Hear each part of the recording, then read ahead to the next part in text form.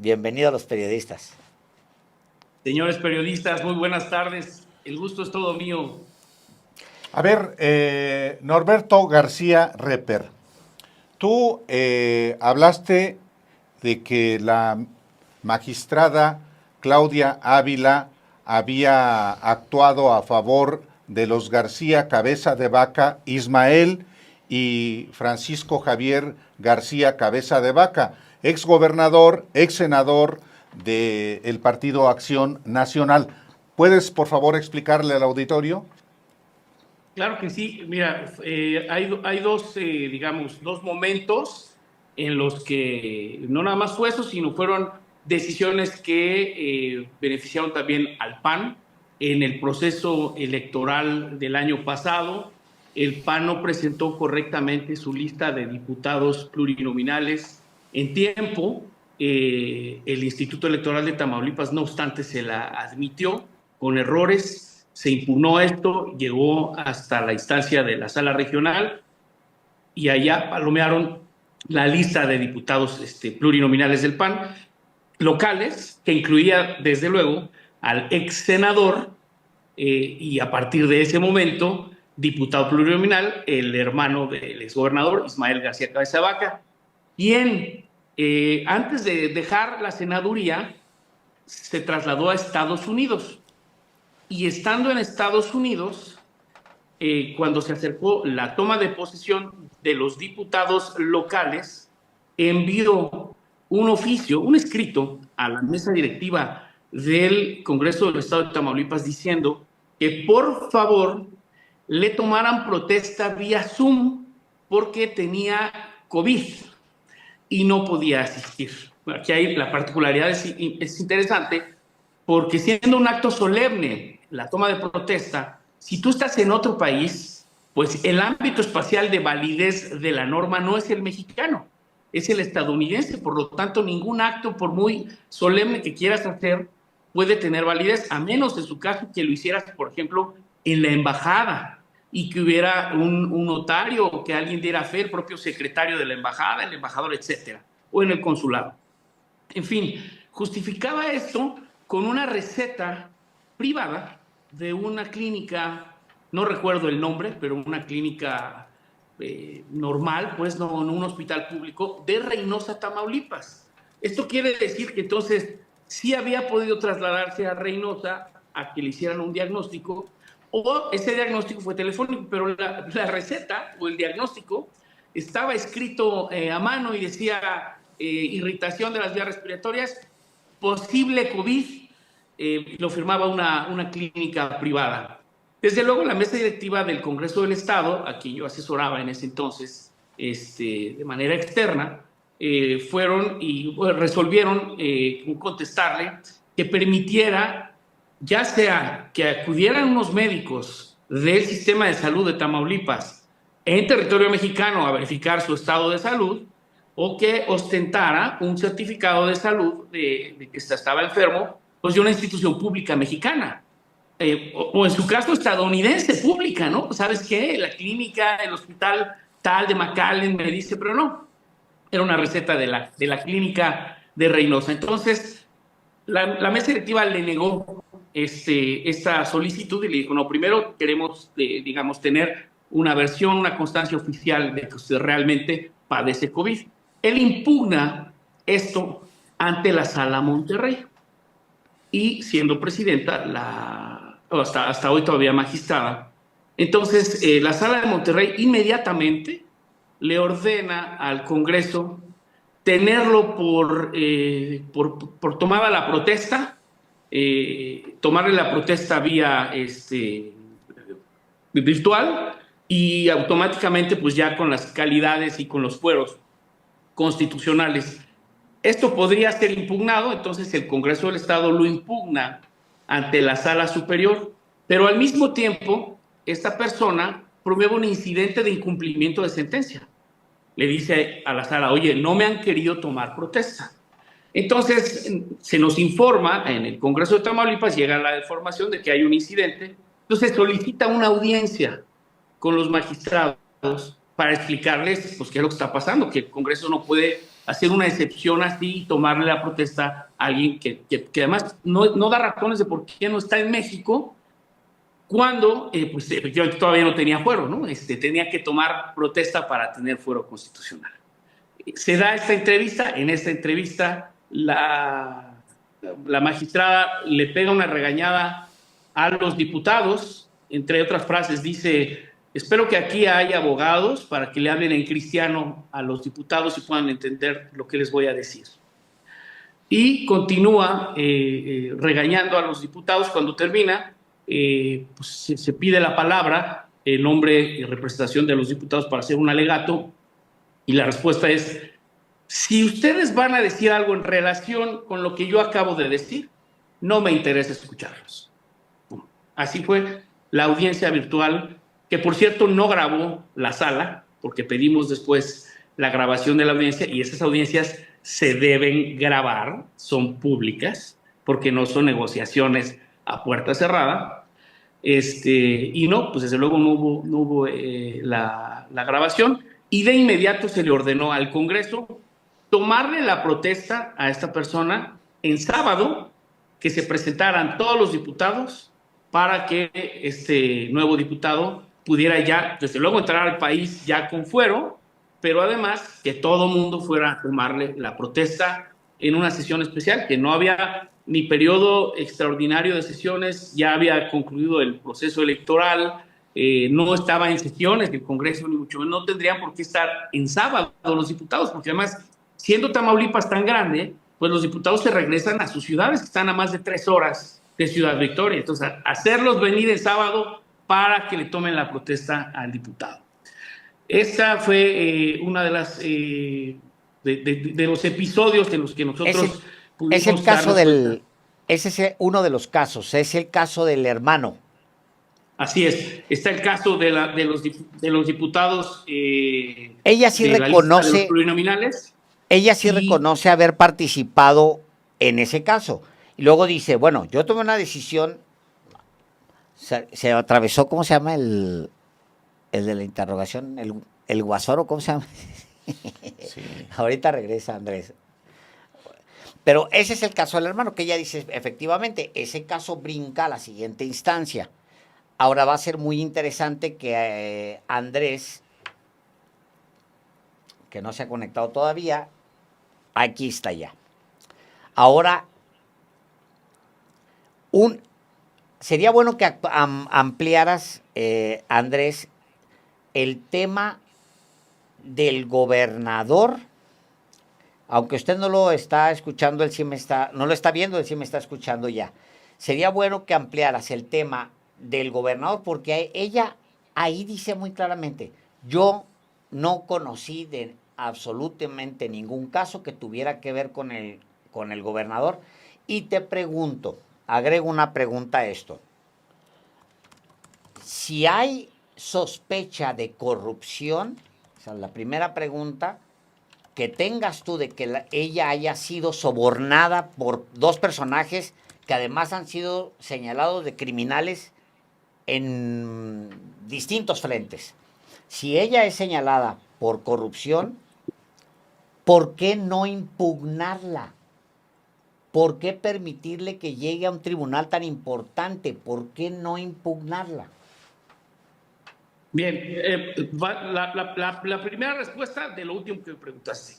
La magistrada pasó todos los filtros, incluso a mí me tocó entrevistarla. Yo participé en este litigio, entonces no podía yo traer como miembro de un comité un asunto en el que yo tuviera una especie de interés o de haber sido una resolución con la que yo no estuve de acuerdo, como mi principal guía de criterio para decir puede o no puede ser. Esto lo hice a un lado, pero lo comuniqué con mis colegas. Le dije, yo conozco este caso, yo tuve un asunto recientemente que litigué justamente en la sala. Entonces les dije, con mucho gusto puedo estar yo ausente de esta entrevista. Me dijeron, no, por supuesto, todos confiamos en tu objetividad, tú puedes estar perfectamente en la entrevista. Y yo incluso la entrevisté, fui su anfitrión, la entrevista le fue perfectamente bien, se le hizo las mismas preguntas que se le hacían. ¿Por qué tus pares no le preguntan sobre esto, que es tan importante? Porque se trata entonces, Andrés, de un caso de la primera elección del Poder Judicial en donde una persona con sospechas de corrupción que llega a un cargo tan alto. O sea, date cuenta que ella puede ser la próxima presidenta del Tribunal Electoral del Poder Judicial de la Federación. Un cargo tan alto. Entonces, ¿en dónde falló el mecanismo? Porque, de hecho, tú le das seguimiento a la magistrada en un caso, en un segundo que ella dice, yo nunca tuve conocimiento del gobernador. Y luego tú eres parte del comité que la entrevista y ahora ella va a ser magistrada, es magistrada electa y puede ser hasta presidenta del tribunal. Entonces, ¿algo falló, Andrés? Pues mira, lo que sucede es que cuando un magistrado resuelve, su mejor argumento es decir, ese es mi criterio.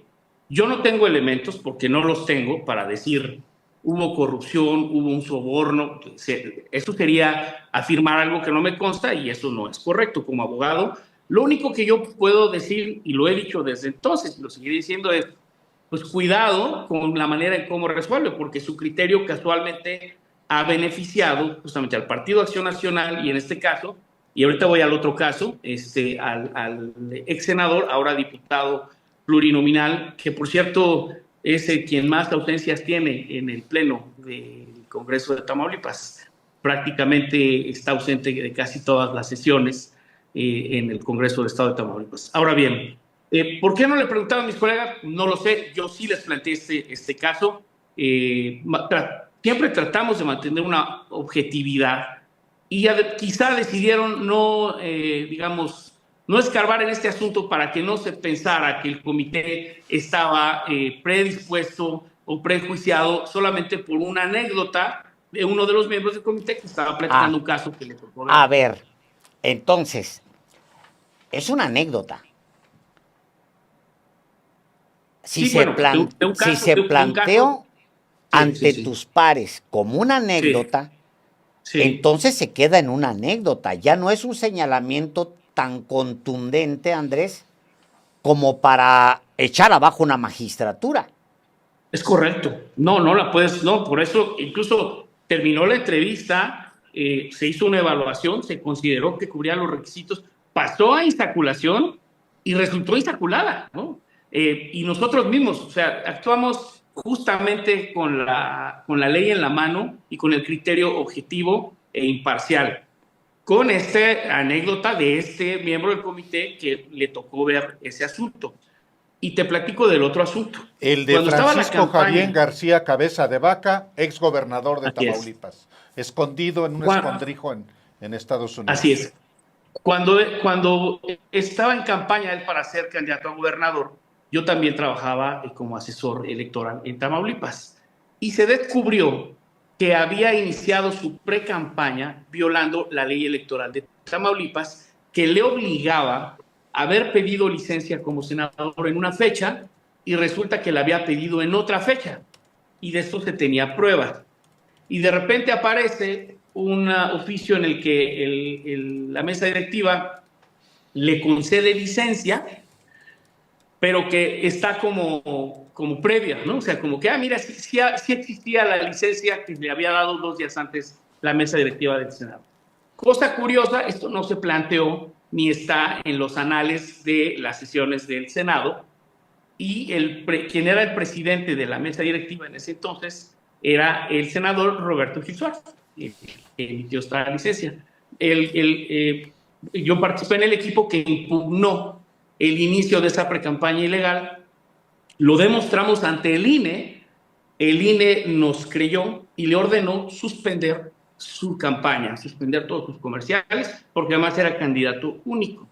Entonces, imagínense, esto fue hace ya casi 10 años, no me acuerdo los días de la semana, pero imagínense que la sentencia o la resolución de la Comisión de Quejas y Denuncias del INE fue el lunes, ellos impugnan y el miércoles nos enteramos que ya está en sala superior. Entonces solicitamos audiencia con los magistrados y llegamos y nos iba a recibir un magistrado, pero no recibe quien era la secretaria general de acuerdos del tribunal, que era la Claudia magistrada, Ávila. hoy magistrada. Y entonces nos dice, no, es que no está el magistrado porque fue a dar un curso a Puebla, pero lo recibe ahorita su secretario particular. Llegamos al despacho del secretario particular y nos dice, no, fue a Panamá a dar un curso, y nos pasan con su secretaria, y la secretaria dice, no, tiene un familiar enfermo y no pudo estar aquí, pero los van a escuchar sus secretarios, que son los que hacen el proyecto de sentencia. Entonces ahí empezamos los abogados a explicar nuestra condición, por qué creíamos que se debía mantener la sanción, porque se había violado la ley electoral de Tamaulipas, etcétera. Toma nota, o al menos eso parecía que estaban tomando nota. Bueno, pues muchas gracias. Y ahí vamos de regreso a Ciudad Victoria. Cuando llego a Ciudad Victoria, le platico a quienes me contrataron para hacer esta gestión jurídica. Digo, pues nos fue muy bien porque nos escucharon. No estaban los magistrados, pero nos escucharon y me dicen, ¿pero qué me estás diciendo? Si acaban de resolver en sesión privada que se revoca esa sanción de la Comisión de Quejas y Denuncias y que el señor puede continuar con su campaña. O sea que a lo que fuimos fue a que nos distrajeran en lo que los magistrados, sin convocar a sesión pública y sin publicarla, resolvían que Francisco Javier García Cabeza de Vaca podía continuar con su campaña, y pues al ser la última instancia, pues pudo continuar con su campaña. Entonces de ahí nos quedó muy mal sabor de boca a los abogados diciendo, oye, pues realmente les echaron como que el hombro, ¿no? Ya de ahí decir que hay dinero de por medio y todo, la verdad yo no me atrevería a hacer una aseveración, pero sí creo que hay cierta decantación, cierta preferencia, cierta parcialidad hacia estos colores y hacia esos personajes. Pero es muy interesante toda la ruta, porque algo falla en el camino, Andrés, porque la magistrada fue electa y no con pocos votos, ¿eh? Uh-huh. Algo falló en el camino. Si tú estás seguro, aunque se reduce, tú mismo dices, lo llevo ante mis pares como una anécdota, no lo llevo como un caso de corrupción, porque no tengo la información, pero lo llevo como una anécdota. Aún con la anécdota, ellos no se atreven a preguntarle absolutamente nada sobre ese tema, que sí es motivo, ahora durante su campaña, sí fue motivo, tú mismo hablaste con Astillero sobre el tema, sí fue un motivo para ella, poderoso, tanto que lo tenía muy claro al momento que yo se lo pregunté hoy, que permitió pocas preguntas porque los magistrados y los abogados hablan tendido, nos pasa seguido. Pero muy interesante, y qué bueno que le aclares tú a la audiencia, Andrés, y qué bueno que tengas la honestidad intelectual de decir exactamente cómo tú lo viviste y cómo pasó, y tendría que tener una gran lección al final. Bueno, yo solamente preguntaría. Adelante, Andrés. Y cuando digo es una anécdota, no quiere decir que es como el libro ese, así lo viví. No. De esto están las evidencias documentales de todo. El caso del hermano de la clínica, del juicio, de los argumentos que dio la magistrada y todo está. Lo único que no está grabado es lo que nos dijo en esa audiencia. Pero hay diputados que pueden decir, o sea, que estaban presentes, ¿no? Y estaban ni más ni menos que el presidente del Congreso y la presidenta de la mesa directiva del Congreso de Tamaulipas, ¿no? O sea, no eran cualquier diputado, eran estos dos diputados. Entonces, y hay otro abogado, entonces testigos hay, constancias documentales también hay. Y del asunto ese de 2016, pues está el número del expediente y está todo el caso para quien quiera revisarlo y revisar las constancias y por qué se decidió denunciarlo y por qué el INE ordenó que se bajaran sus spots, ¿no? Es decir, más allá de que se le pueda impugnar o no por estos acontecimientos, lo que deja ver es que es una magistrada que actúa de manera parcial. Es decir, lo pregunto, ¿no es de fiar Claudia Ávila como magistrada electoral? En mi experiencia, no. En mi experiencia es alguien que va a beneficiar los intereses de la derecha. Yo espero que si ahora va a estar en la sala superior, haga una reflexión, un acto de constricción, como dicen, y diga, bueno, me toca ahora sí estar en la máxima autoridad electoral y tengo que demostrar que soy imparcial, porque después de esto yo creo que en su criterio va a pesar decir, bueno, espérate, a lo mejor en un futuro le tengo que dar la razón al PAN, ¿no? O a la derecha, ¿no? A algún interés de la derecha. Bueno, más valdrá que sea con méritos jurídicos, porque todo el mundo vamos a estar vigilando ese tipo de resoluciones. Y así es la vida de la República, porque este es el punto de vista de un abogado y de quienes lo vivieron conmigo. No podemos tampoco linchar, ¿no? Hacer linchamientos de que, no, pues esta persona no puede. Bueno, pues aquí yo estoy demostrando con 2 casos que sí creo que hay parcialidad de su parte. Pero bueno, me podrá decir, pues no, yo ahora les voy a demostrar que soy absolutamente imparcial. Bueno, pues le deseo que así sea, ¿no? Así es la vida de una república. Lo dices muy, muy claro y yo creo que se vale que tú lo plantees de esa manera, que plantees dudas, que las siembres, digas, a ver, ahora con resoluciones, digamos, en el día a día va a tener que demostrarme otra cosa, pero yo, por lo menos, Andrés, tengo estas dudas y ahí están. Andrés García Reper, qué gusto tenerte aquí, gracias por contestar, pero sí, qué importante y qué fuerte que hacerlo así. Pues es que cuando se tiene una convicción y se tiene la certeza de lo que está diciendo, lo tienes que decir de manera transparente y además respetuosa, ¿no? Bueno, pues que la vida y que el futuro nos demuestre quién tiene la razón en esto, ¿no? ¿Qué más quiero yo que aparecer como equivocado y como prejuiciado en contra de la juzgadora, ¿no? Eso le convendrá a México, ¿no? Claro. ¿Vas a ser magistrado de No, justicia judicial? no, obtuve 100,000 votos. Quien me ganó en los votos obtuvo 109,000. Fue una campaña muy interesante. No hay tiempo para tocar los temas de lo que creo que es criticable de la regulación de las campañas de los candidatos. Prácticamente nos mandaron a la guerra amarrados de las manos, sobre todo aquellos que no somos funcionarios públicos, que por ejemplo la magistrada o incluso los ministros y ministras, que pues finalmente tenían permiso de hacer campaña y además recibían un salario, ¿no? Acá los demás pues, teníamos que romper el cochinito y había muchas restricciones. Por ejemplo, no podías recibir trabajo voluntario de nadie, ni de tu amigo, ni de tu hermana, tu novia, tu esposa, tu mamá, tus primos. Nadie te podía acompañar. La persona que te acompañara tenías que demostrar que le estabas pagando. Si hacías un acto público, no podías usar micrófonos con bocinas, si acaso un altoparlante. Si viajabas tenías que demostrar que tú pagaste la gasolina en tu coche, tomarle una foto al tacómetro para que se viera cuántos kilómetros tenía cuando cargaste, cuando descargaste, dar de alta tu tarjeta de débito, si tenías, y si no, pues que tuvieras una, y solamente usarla para los gastos de campaña, reportar en tiempo real todo. Verdaderamente los candidatos teníamos que dedicarle un 40 o 50% de la campaña al trámite de justificar todos nuestros gastos, cuando los partidos pues tienen todo un equipo de fiscalización y que reciben financiamiento.